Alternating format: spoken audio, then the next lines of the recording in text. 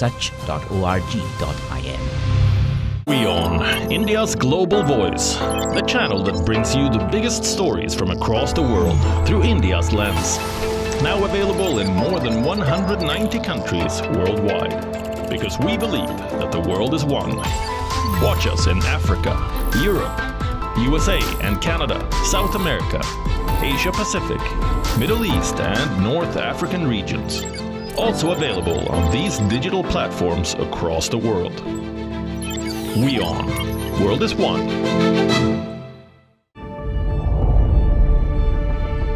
The Earth is sending distress signals. Wildfires, droughts, and melting glaciers. Can we reverse the damage? Explore the harrowing effects of climate change. It's a wake-up call. Global emergency. Climate Tracker on WION World is One.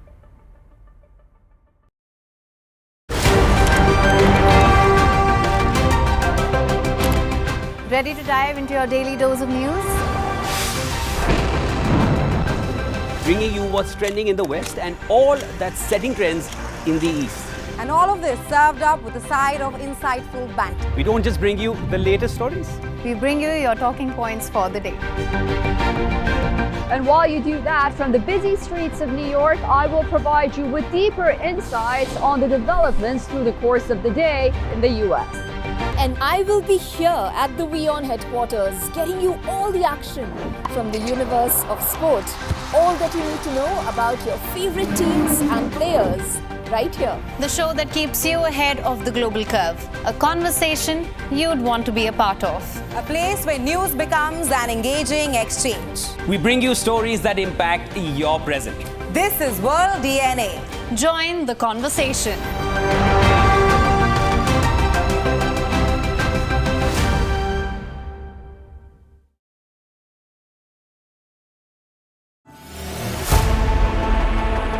Know more, understand better, think ahead. Hello and a very warm welcome. You are watching Gravitas with me, Molly Gambhir.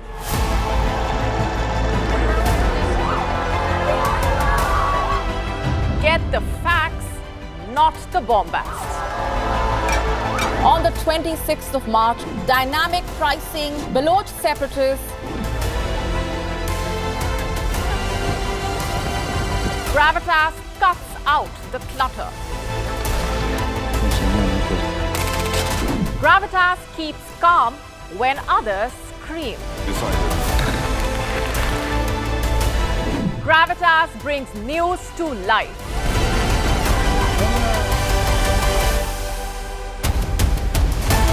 Weekdays 9 p.m. IST, 3:30 p.m. GMT. Gravitas. Seeing is believing. WION brings you a special business talk show where we bring forth the stories of business leaders. From breakthrough technologies to visionary leadership. We will unlock the trends, the tactics, and dive into the minds of the industry's most influential leaders. WION brings you this special series to uncover what drives them in a candid talk show, WION Business Masters.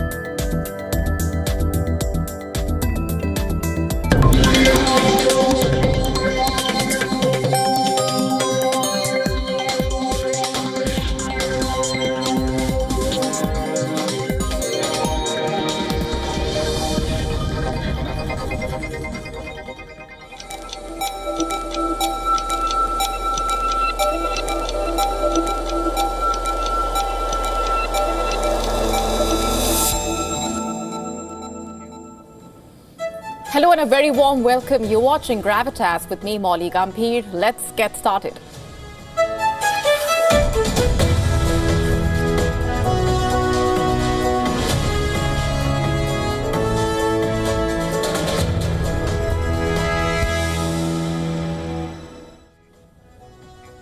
What will Iran's revenge look like? How will Tehran respond to Israel's largest ever strike on Iran? Will Iran go nuclear? These are the big questions staring the region right now as West Asia remains on edge. What happens now? Which way will things go?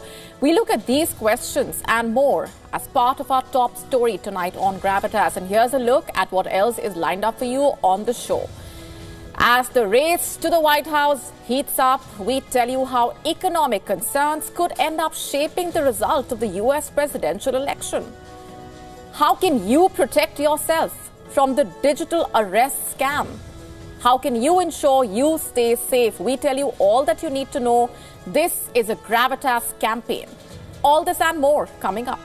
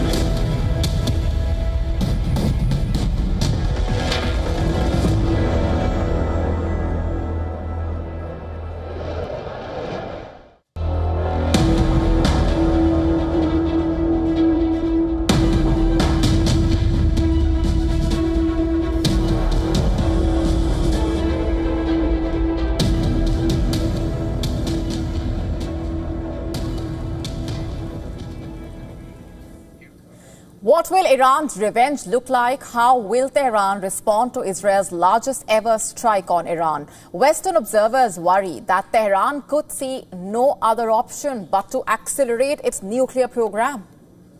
So, is there any truth to these concerns? Will Iran really go nuclear? That is what we are focusing on tonight. And here's why these questions come up. You see, 4 weeks after Iran attacked Israel with a barrage of ballistic missiles to avenge the strikes on ally Hezbollah, Israel responded at the time of its choosing, just like it promised to. Now, Iran says it is ready to respond to what it is calling an act of aggression. In response, the Israeli army has warned Iran that it will pay a heavy price if it begins a new round of escalation. The tensions never simmered in the region. In fact, the violence has become pretty routine.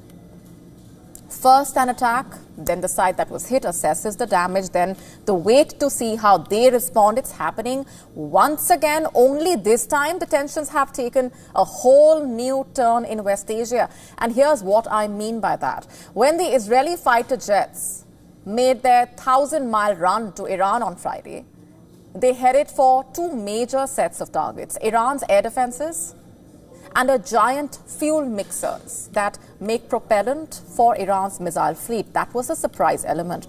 According to reports, Israeli strikes hit a dozen or so fuel mixers and took out the air defenses that protected several critical oil and petrochemical refineries. What purpose does that solve, you ask?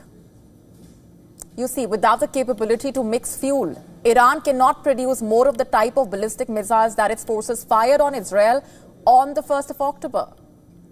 Not just that, it could take more than a year to replace them from Chinese and other suppliers. By Saturday, Israeli and American officials were calling the strikes a major success. But behind that chest thumping, you see, was a big worry. With Iran's Russian-produced air defenses blown to smithereens, there is fear among American observers that Tehran may decide that they have only one defense left. That is, racing for an atomic weapon.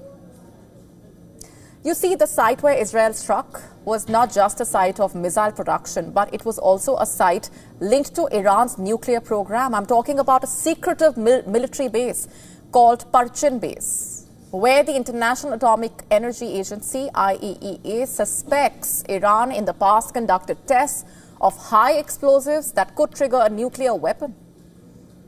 Remember the UN nuclear watchdog, Western intelligence agencies and Israel fear about Iran's nuclear program. Just to clarify here, Iran has long insisted that its nuclear program is peaceful and that there are no current indications that Iran is weaponizing its nuclear program. But with the way things are unfolding in the region, American and Israeli observers are concerned that Tehran might finally cross the threshold. And that's exactly what American strategists have been trying to avoid for a quarter century. They have used sabotage, cyber attacks, and of course diplomacy to keep Iran from crossing the threshold to become a full nuclear-armed power. In fact, US President Joe Biden, who had publicly warned Israel 3 weeks ago to not hit Iran's nuclear sites, seemed satisfied for once that Israeli Prime Minister Benjamin Netanyahu had listened to him. It's like I had a long reason we're a little late. I was on with the intelligence community for the last half hour, 3.5 hours. And it looks like they didn't hit anything other than military targets. My hope is this is the end. You hear what he said? I hope that this is the end. But is that likely? We would say that an end is highly unlikely at the moment. Biden has ordered American troops in the region to be on higher alert, especially those in Iraq and Syria, as they could be targets for Iranian retaliation. Last week, American forces put in place an additional air defense unit that had been sent to Israel. Meanwhile, the Gulf has been abuzz with extra squadrons of the F-16s, F-15Es, and A-10 Warthogs. American jets have come to supplement the large existing aerial force in the region. And sure enough, US base in southeastern Syria was reportedly attacked by missiles. According to local media reports, the attack came late on Sunday, but there was no report on the damage or the casualties. Al-Tanf military base is a place where the US forces gather. The US has not reacted to the issue yet. No individual or group has claimed responsibility for the attack. There is no other information at this point. According to reports, Iran's supreme leader, Ayatollah Ali Khamenei, is meeting with the top ranks of the Islamic Revolutionary Guard Corps in order to determine the next course of action. And it's, of course, tough to say what they would do, but if American media reports are anything to go by, Iran has never been closer to the nuclear threshold. And based on reports from the IAEA, Iran now has enough medium enriched uranium to produce 3 to 4 weapons.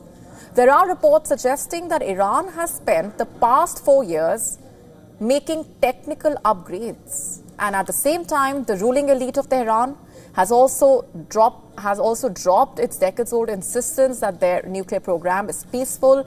Iran is widely believed to be a threshold nuclear power, capable of further enriching its fuel to make bomb-grade uranium, that too in a matter of days or weeks.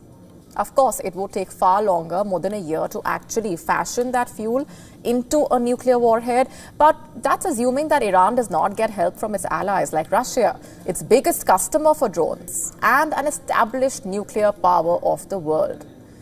And on the other hand, it could take help from North Korea as well. Remember, Iran has worked closely with them on ballistic missile technology.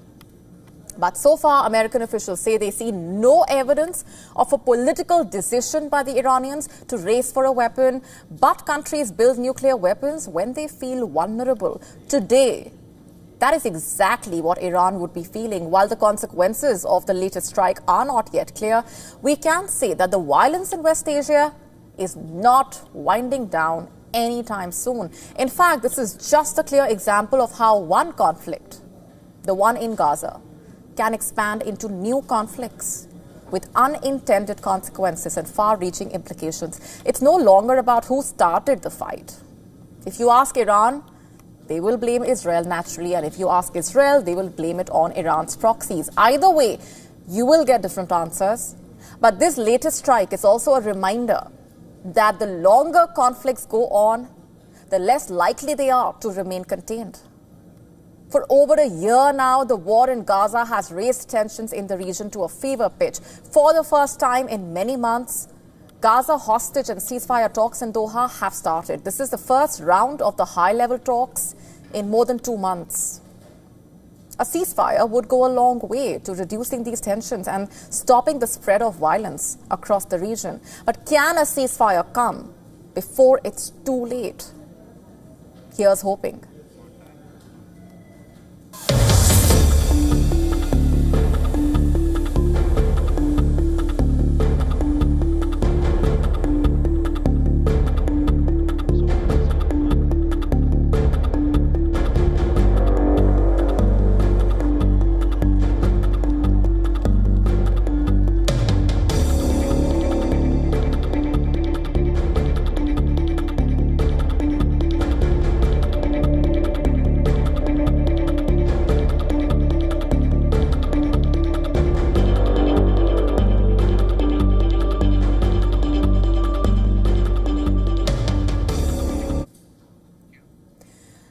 Let's now talk about the US presidential election. One issue seems to stand out above the rest: the economy.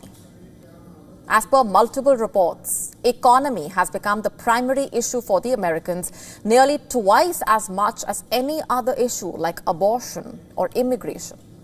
Yes, that is how big the issue has become. As per reports, Americans are concerned about their personal finances, and many believe former US President Donald Trump is the candidate who can ease those concerns. And polling numbers are reflecting the same, by the way.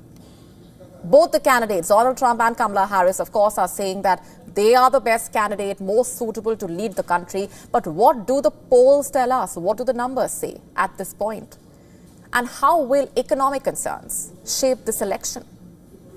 Let's just break this down for you. As we just told you, according to the latest numbers, Donald Trump has an edge over Harris when it comes to handling the economy. A poll from the New York Times and CNN College released last Friday states that 52% of Americans trust Trump with the economy, as compared to 45% who back Kamala Harris. That's a significant difference. Meanwhile, other surveys show a similar but nuanced trend. A Financial Times poll conducted in partnership with the University of Michigan last Thursday stated that Trump is ahead by a slim margin of 44% to shepherd the U.S. economy, as compared to Harris's 43%. But what is notable here is that just a month ago, Harris had a slight lead in the same poll, perhaps suggesting that voters are rethinking their position as November 5 nears. A CNBC survey paints a clearer picture when it comes to voters prioritizing inflation and the economy. As per this survey, Trump has a 13-point advantage. But why is this happening now? As per reports, even as inflation has reduced, prices for essential goods, housing, healthcare remain high across the United States. And as per experts, for many American voters, this current economic situation is leading to anxiety heading into the election. So, when asked who would leave them better off financially, 45% of the respondents to this week's Financial Times survey chose Donald Trump, compared to just 37% for Kamala Harris. The CNBC poll reflected similar numbers, with 42% backing Trump, 29% backing Harris on the same issue. Again, a significant difference. As per reports, these figures show that despite the Biden and Democrat administration's attempts to stabilize the economy, many voters believe that their financial well-being would be more secure under a Trump presidency. Still, the numbers are not entirely one-sided. Kamala Harris holds her own on certain key economic issues. The Associated Press NORC Center for Public Affairs Research poll, released last week, shows voters split on various economic challenges. Harris leads Trump on issues like housing costs, jobs, unemployment, although by narrow margins. But when it comes to middle-class taxes and tariffs, Trump appears more favorable to voters. And these mixed signals perhaps demonstrating just how complex economic decision-making really is for many Americans. A significant portion of voters, 27%, according to a New York Times poll, named the economy as their top concern.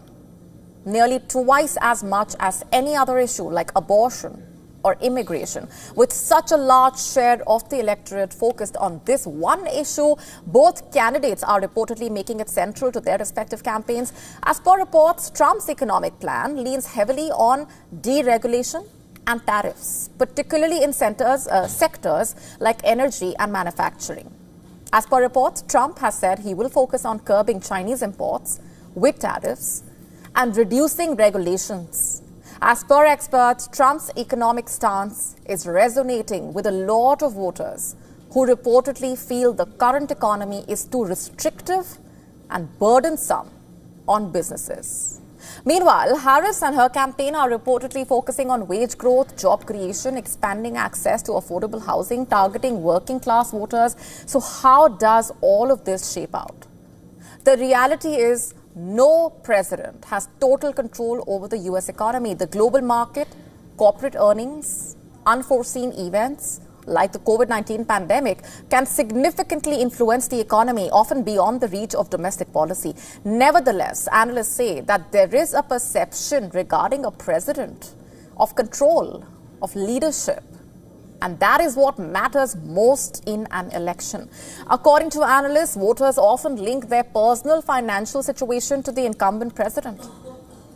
In fact, according to a CBS News poll, nearly 60% of Americans describe the economy as either fairly bad or very bad. The question voters are reportedly asking themselves is quite a simple one. Am I better off now than I was 4 years ago? As per reports, this sense of financial insecurity is what could ultimately drive many to the polls, with the economy a huge issue in their minds. The race between Trump and Harris continues to be tight, and the outcome of the election could very well hinge on how each candidate addresses the financial anxieties and concerns of everyday Americans. The economy has always been a central issue, but in 2024, it may just be the deciding factor to determine who wins the race to the White House.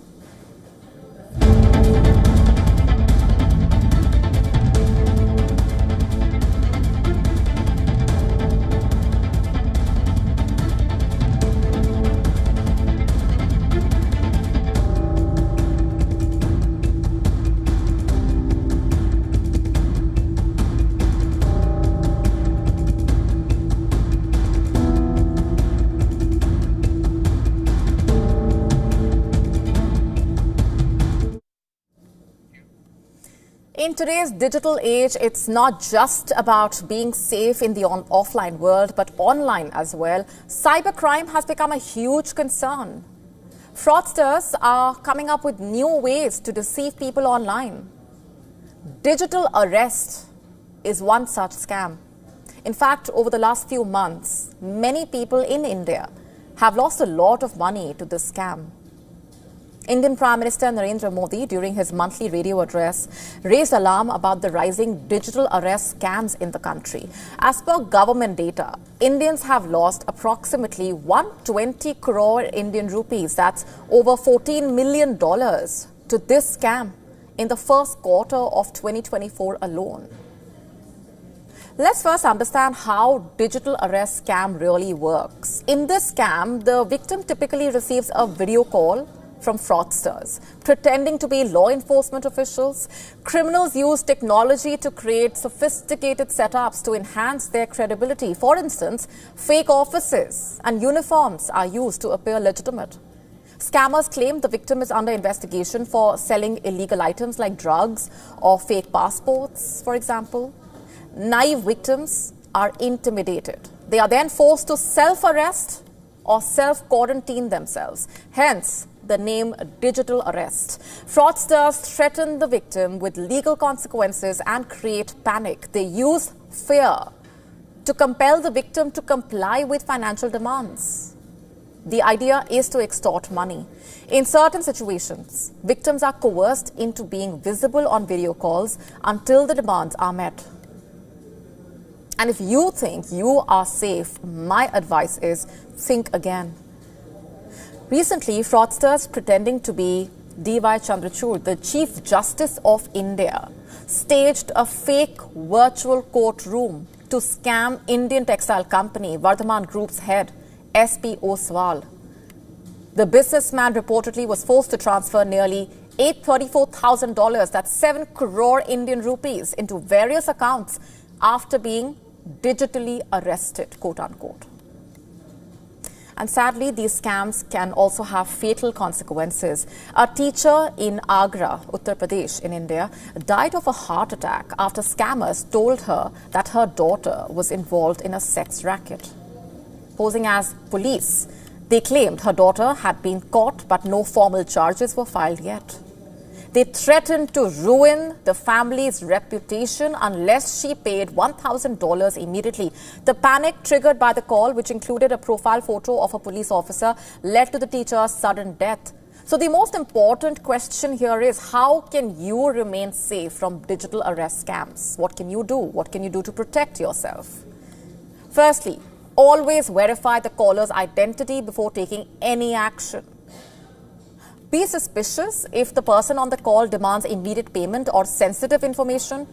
Secondly, avoid sharing personal or financial information over the phone unless you are certain of the caller's identity. Thirdly, beware of requests for immediate payments on unsolicited video calls. Fourthly, use the cybercrime website to report any suspicious calls, messages, or identities. Last but not the least, stay updated with advisories issued by the government regarding new scam tactics and preventive measures. Remember, staying alert and aware is the only way to better protect yourself from such scams. And if you do receive a video call from an unknown number, let caution be your answer. This is a Gravitas campaign helping you to stay safe from the digital arrest scam.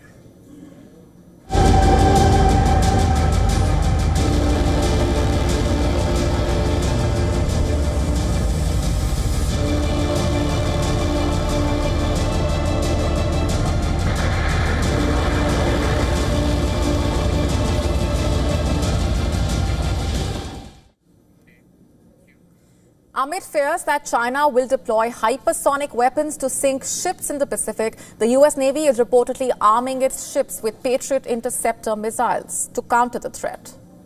Now, if you are thinking that the Patriot missiles have been there in the U.S. military for a very long time, more than 4 decades, you are not wrong. Reportedly this time, the missile's Patriot Advanced Capability 3 Missile Segment Enhancement Interceptors, also known as PAC-3, are being modified for a maritime environment. Why?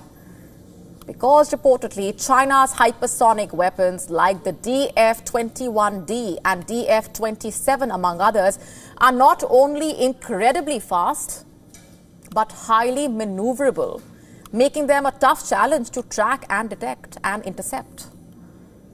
As per reports, the U.S. Navy is betting on the agility of the Patriot missiles to even the odds. The Chinese hypersonic missiles are capable of gliding at extraordinary speeds while making mid-course adjustments and are designed to outwit conventional missile defense systems. And this is where the Patriot missiles reportedly come into play. As per reports, the PAC-3 is a highly specialized interceptor designed to destroy its target by direct impact. Unlike other systems that rely on explosions near the target, this hit-to-kill technology reportedly ensures that the missile is destroyed upon contact. In fact, as per reports, the PAC-3 has been successful in Ukraine, taking down maneuvering ballistic missiles, including Russia's advanced Kinzhal missiles. Reportedly, America is pinning hopes that if the PAC-3 can handle those kinds of advanced threats on land, it could potentially do the same at sea. But here's the catch, and it's a major catch, by the way. As per reports, the U.S. Navy has not battle-tested the Patriot on its ships yet. And tests so far have only been conducted using virtual environments and simulated launchers, while real-world deployment is still on the horizon. As per reports, adding the PAC-3 to the US Navy's arsenal could offer an additional layer of defense, one that could prove valuable in a high-stakes conflict with China. And as per reports, the US Navy's current missile defense systems, like the SM-6, are effective but limited. The SM-6 can reportedly target threats at long range and even in space, but it does not offer the same close-range agility that the Patriot does. As per reports, with China's hypersonic missiles capable of both high speed and high maneuverability, having a system like the PAC-3 that can track and intercept these fast-moving threats at close range could be a potential game changer. According to reports, Japan, one of America's key allies in the Indo-Pacific, has been identified as a potential site for joint production of the PAC-3 missiles. And Lockheed Martin, the missiles manufacturer, is reportedly pushing to ramp up production, and they're also looking to set up a new production line for the Patriot missile in Florida. So why does the PAC-3 hold so much significance? You see, this all comes against the backdrop of escalating tensions in the Indo-Pacific and South China Sea, with China flexing its military muscle and the US bolstering its defenses. The region is becoming a flashpoint for geopolitical competition. The deployment of Patriot missiles on the US Navy ships is reportedly more than just about defense. It's about maintaining a strategic edge in an increasingly volatile region. And as China's missile capabilities continue to grow, the Patriot missile system may just be one piece of the puzzle in America's efforts to safeguard its interests and counter China's growing influence in the region.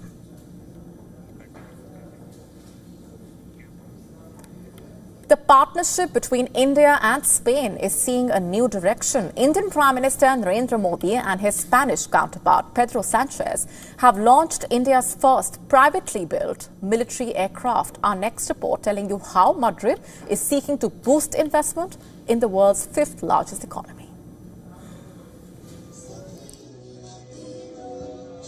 Vibrant decorations, cheering crowd, and cultural performances.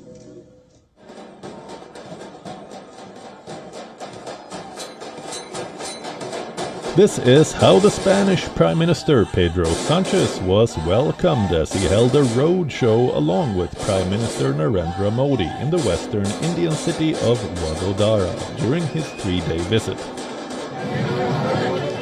Traveling in an open jeep smothered in orange marigold garlands, there was also a special moment as a specially abled girl sitting across the barricades. She gifted both the leaders their portraits, a heartwarming gesture that made PM Modi stop his convoy and bless the minor girl.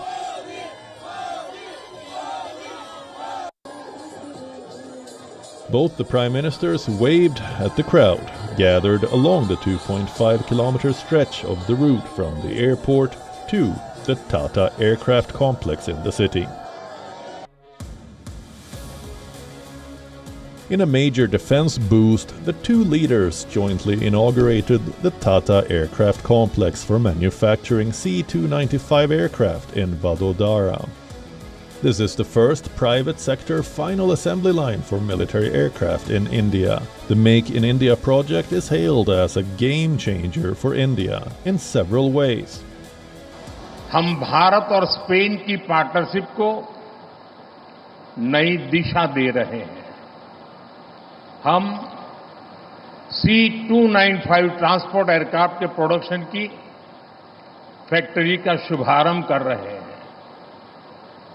ये factory Bharat Spain संबंधों को मजबूती देने के साथ ही make in India, made for the world इस mission को भी सशक्त करने वाली है। With the tie-up of Airbus plant, India is looking inward to beef up its domestic defense production. The plant is a joint venture between Airbus and Tata Advanced Systems. This partnership between Airbus and Tata will contribute to the progress of the Indian aerospace industry and will open new doors for the arrival of other European companies. This project brings together the best of two worlds. Tata is probably the best exponent of Indian industrial strength. The factory will manufacture transport planes to replace the aging fleet of Indian military aircraft. A total of 56 aircraft are there under the C295 program, of which 16 are being delivered directly by Airbus from Spain, and remaining 40 are to be made in India under a $2.5 billion deal. Tata Advanced Systems Limited is responsible for making these 40 aircraft in India. The C295 will replace the aging fleet of Soviet Antonov AN-32 and Hindustan Aeronautics Limited's Avro 748. The induction of the C295 aircraft into the Indian Air Force marks a substantial upgrade in the country's tactical airlift capabilities. Its ability to operate from short and unpaved runways makes it ideal for navigating challenging terrain, particularly along the line of actual control with China. With its top cruise speed of 482 km per hour and the ability to carry up to 9 tons of cargo, or 71 soldiers or 48 paratroopers. The C295 can significantly enhance the IAF's operational readiness and flexibility. The C295, a battle-tested twin turboprop, also has the capability of cargo dropping, medical evacuations, maritime patrol, and refueling, making it a versatile choice for Indian Defence Forces. After inaugurating the aircraft complex, Prime Minister Modi and Sanchez visited the iconic Lakshmi Vilas Palace, the residence of the erstwhile Baroda royal family. The duo held bilateral talks over lunch. Both the leaders discussed key areas of cooperation, including trade, defense, and cultural exchanges. The duo also laid the foundation stone for various development projects worth over $500 million. Sanchez is the first visit by a Spanish premier to India for 18 years. Spain is the 16th biggest foreign investor in India, with more than 280 Spanish companies in the country, sees opportunities including in construction, pharmacy, energy and railways. Spain is seeking to boost investment in the world's 5th largest economy. Bureau Report, WION, World is One.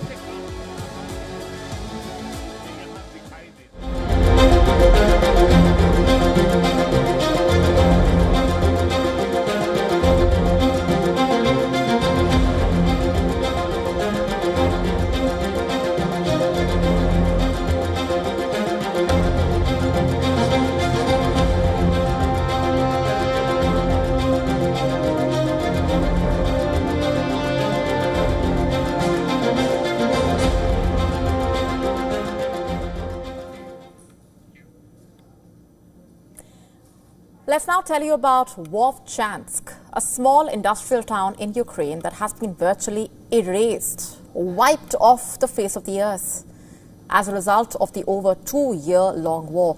The mayor of the small town says Vovchansk barely exists anymore.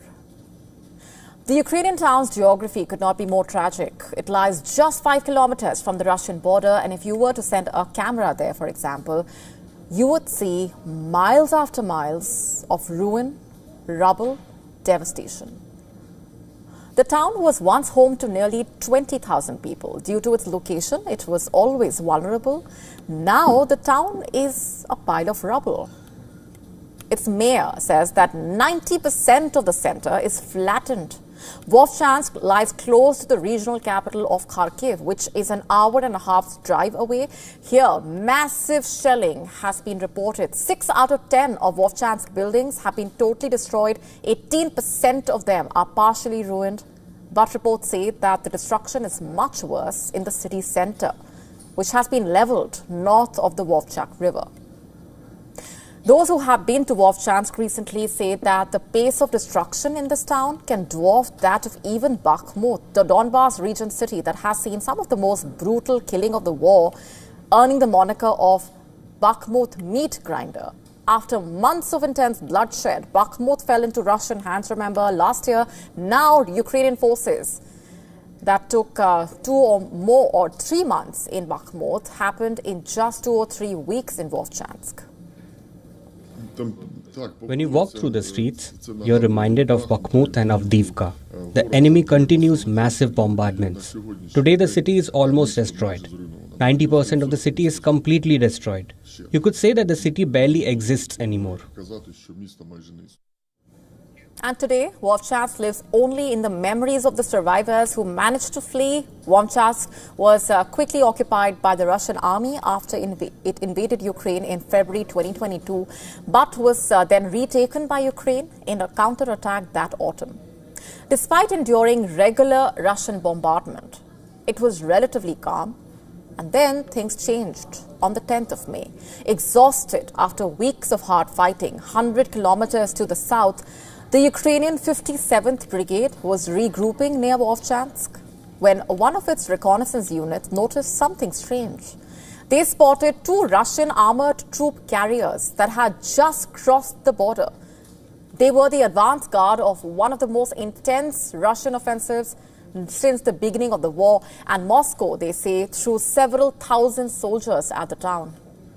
Vovchansk had no fortifications, no mines to slow down Russian advance. The Ukrainian forces are blaming it on the sheer negligence and corruption that allowed this to happen. The Ukrainian troops expressed their frustration with the poor defenses of the town when the Russian forces started bombing. The residents of the city were right on the front line. Drones hovered over the town. Those who fled the city recall how they had to seek shelter underground for several days, and how they had to walk on foot for several kilometers before being rescued by Ukrainian volunteers. More than half of the families in eastern Ukraine have relatives in Russia. In Vovchansk, before the war in the Donbas region began in 2014, people crossed the border daily to shop, and Russians also flocked to the city's markets. Now, everything has changed. The Russian Defense Ministry is yet to give its account of what happened in the city. Today, a handful of civilians still remain in Vovchansk. No matter how the war ends, those who left the town wonder whether Vovchansk will ever be rebuilt.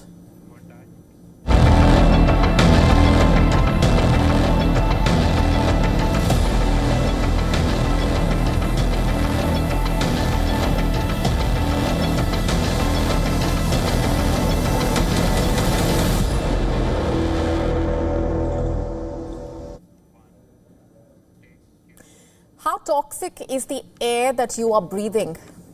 If you are watching the show from the National Capital Region in India, you should be very concerned. Less than a week ago, remember, we told you how Delhi's air quality level had dropped? Well, the nightmare is only continuing, and things have gotten worse, by the way. On Sunday, the Air Quality Index, or AQI, in Noida, Greater Noida and Ghaziabad touched the 304 mark. And what's more concerning is that this was an increase from 169 just a day earlier. That difference in just a day is extremely worrying. Is that a sign of what lies ahead? According to a Times of India report, it was the first time this season that all 3 NCR cities experienced very poor air quality on the same day. In fact, a senior official of the Uttar Pradesh Pollution Control Board in Greater Noida has blamed Pakistan for the rising levels of air pollution. D.K. Gupta was quoted as telling Times of India that this is the first time this year that all 3 cities of Noida, Greater Noida and Ghaziabad saw very poor air quality on the same day, going on to say, I'm quoting further, our neighboring country, Pakistan, needs to be blamed for this. Increasing instances of stubble burning have been sending toxic smoke across the border, quote unquote. The officials have reportedly blamed the instances of stubble burning in the nearby region, adding that the unfavorable wind conditions that typically prevent the transfer of smoke from farm fires only compound the situation. In fact, some areas of the national capital witnessed a layer of smog engulfing the area as the air quality remained in the very poor category on Monday. And there's more bad news. The System of Air Quality and Weather Forecasting and Research has predicted that despite the ban on firecrackers till the 1st of January in Delhi, the additional emissions from the use of firecrackers and stubble burning, air quality in the capital is likely to remain in the very poor category for the coming week. We told you earlier about the floating toxic foam on the Yamuna River in the Kalandi Kunj area. Well, it continued to be a concern as the water pollution remained high. In fact, the pollution in the river has become a widely debated issue between the ruling Aam Aadmi Party and the Bharatiya Janata Party. On Sunday, the two sides traded barbs over pollution levels in Delhi. As per the Central Pollution Control Board, an AQI in the severe category can affect healthy individuals and seriously impact those with pre-existing health conditions, while poor and very poor levels can cause respiratory discomfort and illnesses with prolonged exposure. Those from Delhi would unfortunately be far too familiar with these terms, these categories. These are all names of categories used to describe the quality of the air that you are breathing. If you are a Delhiite, you must be having a horrible sense of deja vu, thinking, not again. Well, it is unfortunately happening all over again. The same story repeating on loop year after year, as the lungs of the people in the region continue to pay the price. In a move that will definitely test its relations with India, Nepal has reportedly awarded a contract to a Chinese company to print 300 million 100 rupee bank notes, displaying Indian territories, Lipu Lake, Kalapani and Limpiadhura. As per reports, the Nepal Rashtra Bank, Nepal Central Bank, awarded the printing contract to the China Banknote Printing and Minting Corporation. These newly printed bank notes will reportedly feature a map that incorporate Indian territories that have been under India's administration for over 6 decades, where Indian citizens vote in elections, pay taxes. As per reports, Nepal's inclusion of these areas in its revised map was formalized through a constitutional amendment in June 2020. The dispute centers on the regions of Kalapani, Lipu Lake and Limpiadhura, strategically located at the tri-junction of India, Nepal and Tibet. These areas, especially Kalapani, holding immense geopolitical importance, acting as a buffer between India and China, while Lipu Lake is a strategic pass that connects Uttarakhand with Tibet and Nepal. Nepal shares a border of over 1,850 kilometers with 5 Indian states: Sikkim, West Bengal, Bihar, Uttar Pradesh and Uttarakhand. As per reports, the three disputed areas cover a total of about 370 square kilometers. These regions have been considered part of India's Pithoragarh district in Uttarakhand, and the Indian government continues to assert its rightful claim over them. In fact, as per reports, Nepal, on the other hand, has based its claim on the 1816 Treaty of Sugauli, signed with British India, which it interprets as granting them control over all territories east of the Kali River. However, India's position remains firm. In May, Kathmandu announced the printing of this new 100 rupee currency note with the Indian territories, following a decision by the Council of Ministers, chaired by the then Nepal Prime Minister.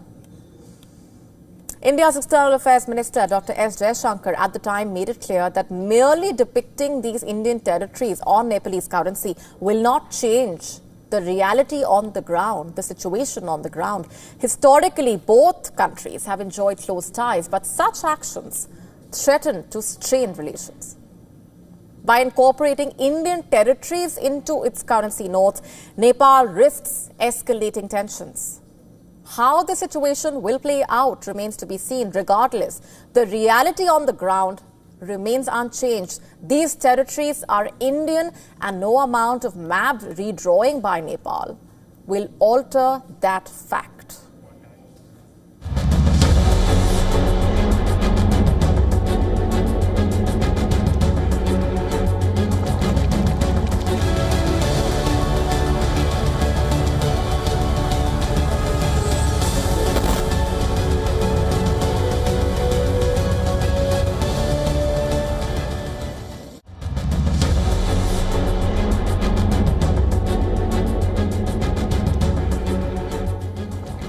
A new volcanic era has emerged in southwest Iceland and upended many lives in its wake.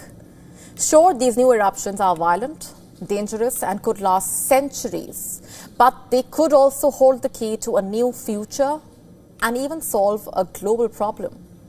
What are we talking about? Well, in Iceland, an audacious plan is underway to drill directly into a magma chamber hundreds of miles northeast at a volcanic caldera called Krafla. What is its purpose? To source clean energy that can power people's lives. You see, in the year 2009, engineers with Iceland's national power company ran a deep drilling geothermal project at Krafla. They were trying to basically sink a borehole nearly 3 miles into the ground. And what they found in the process was shocking. Glass chips, cooled, crystallized, molten rock, all proof of the fact that they had stumbled upon a magma chamber, a reservoir of super hot molten rock existing in volcanic spots at a temperature between 1300 and 2600 degrees Fahrenheit. A magma chamber is hard to locate as they remain buried deep beneath the earth. But years later, armed with new technology and know-how, engineers are willing to find new solutions for the Earth's energy problems. How do they plan to do this? Geothermal experts and scientists aim to convert the immense heat and pressure into a new limitless form of geothermal energy. This is being proposed as a climate-friendly alternative to the planet heating fossil fuels. According to the director of the Geothermal Research Cluster, the center which has developed the project, this has never been done before. And if all goes as per plan, the first borehole will be completed in 2027. Not just that, it will also be the first time that sensors have been directly implemented into a magma chamber. That's not all. This can also help predict when and where eruptions can take place well in advance. And such a discovery can prove to be groundbreaking and very important in many aspects, giving rise to a new kind of geothermal energy, more powerful than conventional energy sources. But when does it matter to the people of, why does it matter to the people of Iceland, you must be wondering. Since December 2023, the peninsula in southwest Iceland has been rocked by a series of earthquakes and eruptions. For residents, almost 3,600 in number, it was like their worst nightmare was coming alive. As they fled the town in large numbers, only a handful have managed to return since.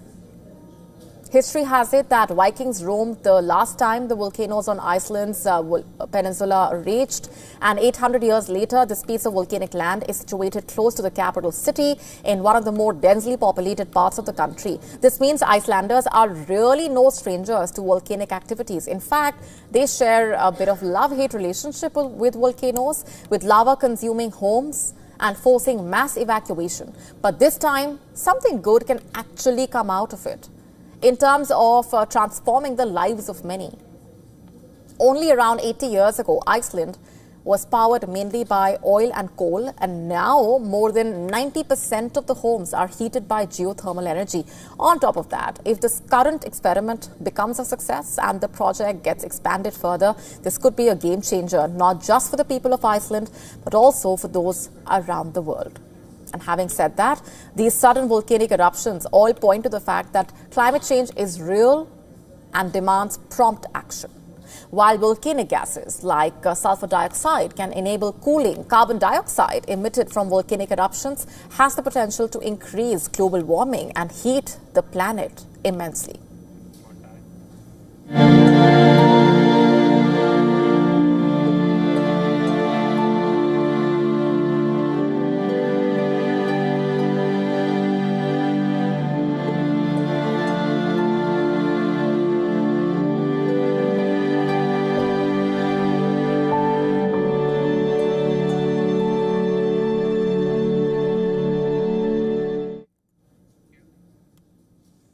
Our next story is about Ratan Tata. He has left behind a rather unusual gift for his beloved Tito, one that makes the beneficiary of his makes Tito a beneficiary of his 10,000 crore will. Now you must be wondering who Tito is. Tito is none other than Ratan Tata's pet dog. You heard that right. In a surprising move, Ratan Tata has included his pet dog, Tito, in his 10,000 crore will.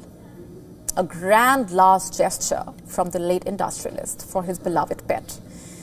But we are hardly surprised. Here's why. Ratan Tata, who passed away on 9th of October at the age of 86, left a will for his family, staff and charities. According to a report by the Times of India, Ratan Tata's estate is estimated to exceed 10,000 crore rupees.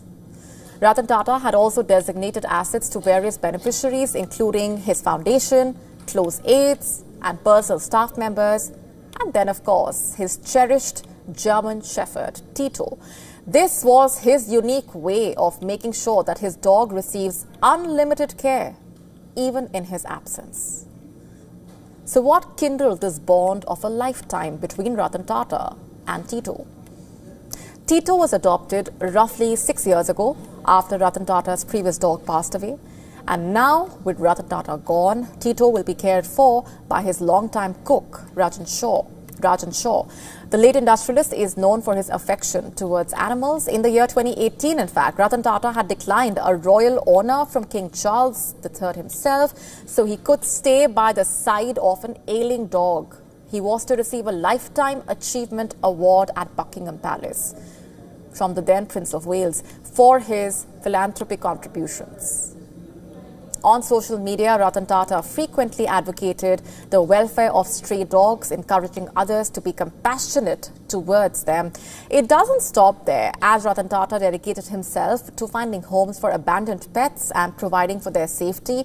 His love for animals deeply reflecting in his life's works as well. In fact, it even fueled his last major project, which was building a small animal hospital of Mumbai that offers advanced medical care, including ICUs, diagnostic services, and 24/7 emergency care for critically injured animals.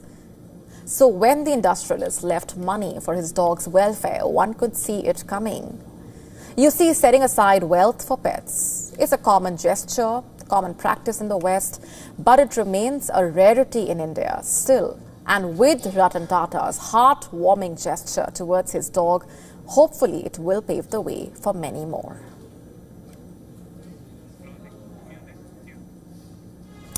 And on that note, it's a wrap on this edition of Gravitas Tonight. This is me, Molly Kampir, signing off. Thanks for watching.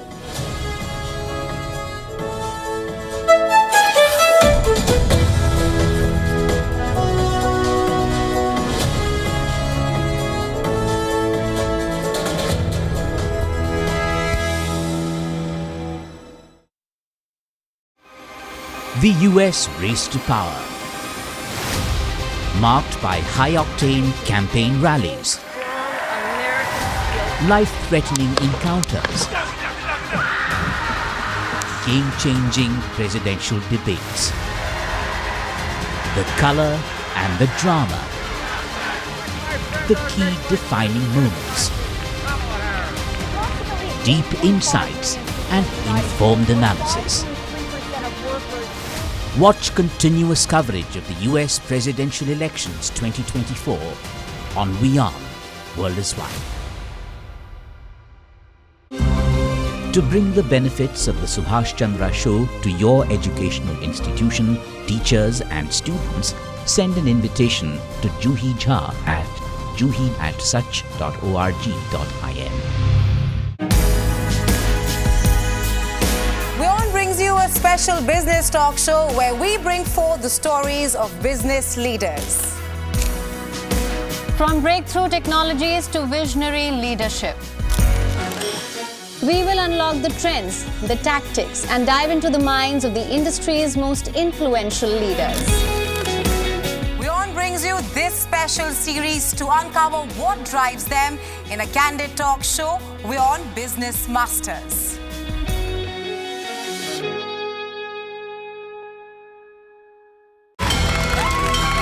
From the bustling trading floors of Wall Street to the vibrant exchanges of Asian stock markets, WION breaks it down for you to make sense of what's happening. As we reveal the key factors behind events, strategic battles, and the game-changing business decisions that shape